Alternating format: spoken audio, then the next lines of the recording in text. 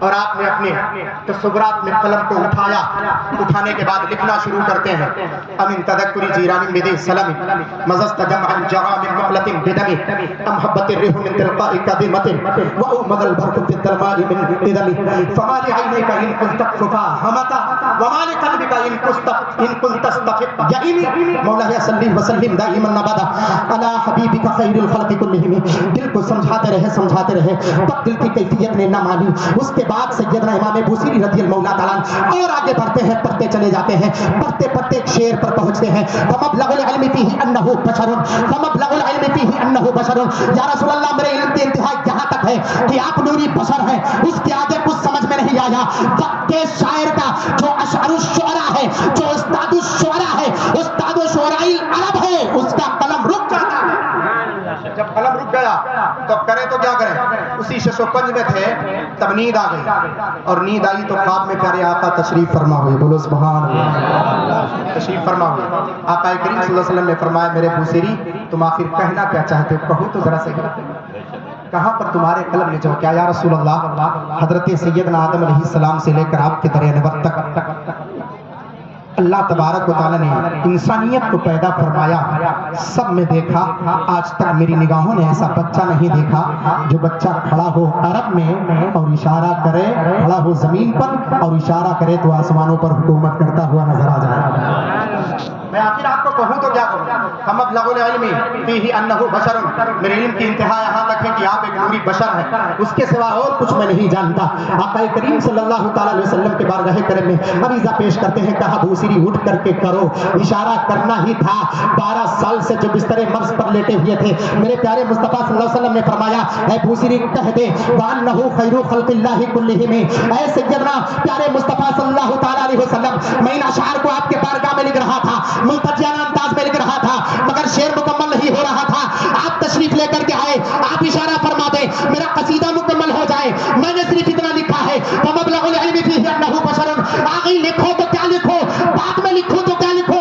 میرے آقا نے فرمایا لکھ وانہ خیر خلق اللہ کلہم, جس کا سیدھا سادہ ترجمہ یہ ہے یا رسول اللہ اللہ تبارک و تعالیٰ نے جتنے مخلوق کو پیدا فرمایا ہے سب سے افضل آپ کی ذات ہے, سب سے اعلیٰ آپ کی ذات ہے. بریلی کے مجدد وہی تو طرف کر ارشاد فرماتے ہیں لیکن رضا نے خاک سکھا نصف کر دیا, خالق کا بندہ خلق کا آقا. بے شک نعرہ تکبیر, نعرہ رسالت, علماء اہل سنت, مسلک اعلی حضرت, نعرہ رسالت. بے شک خالق کا بندہ خلق کا آقا کہوں تجھے. اور کون کہتا ہے پیارے مصطفیٰ صلی اللہ علیہ وسلم عطا نہیں فرماتے. اللہ کے پیارے نبی صلی اللہ تعالیٰ علیہ وسلم کی عطائیں ہوں تمہیں دکھائی نہ دے. تیرے میں قدے میں کمی ہے کیا, جو کمی ہے ذوق طلب میں ہے, جو ہم مانگنے والے آج بھی وہی وعدہ ہے وہی جام. مانگ کر کے دیکھ تو ذرا صحیح. آقا کریم صلی اللہ علیہ وسلم کے در انور پر کیا 12 سال سے بوصیری جو بستر مرض پر لیٹے ہوئے تھے, ڈاکٹروں نے شفا کرنے کی کوشش تو کی پر کہیں سے شفا یابی حاصل نہ ہوئی. پیارے مصطفیٰ کے بارگاہ میں قصیدہ لکھا, آقا تشریف لے کر گئے, آقا کے ایک اشارے سے اٹھے اور اٹھ کر کھڑے ہو گئے.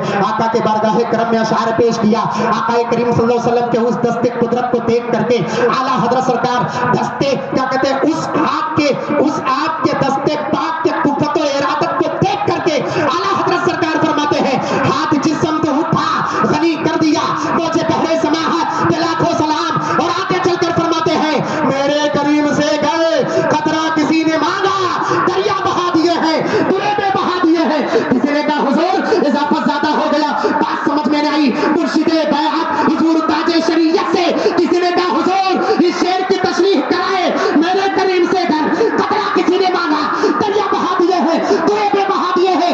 تشریح کر کے بیان فرمائے تو مرشد تاج الشریعہ طرف کر ارشاد فرماتے ہیں ارے جہاں بانی عطا کر دے, بھری جنت عطا کر دے, نبی مختار کل ہے جس کو جو چاہے عطا. بے شک نعرہ تکبیر, نعرہ رسالت, علماء اہل سنت, مسلک اعلی حضرت, نعرہ رسالت. واہ بے شک. پیارے مصطفیٰ صلی اللہ تعالیٰ علیہ وسلم کے اشعار کو اعلیٰ حضرت سرکار کے شعر کو سمجھ میں نہ آئے تو سیدی حضور مفتی اعظم ہند کے کلام میں تلاش کریں. اگر وہاں سمجھ میں نہیں آئے تو مرشد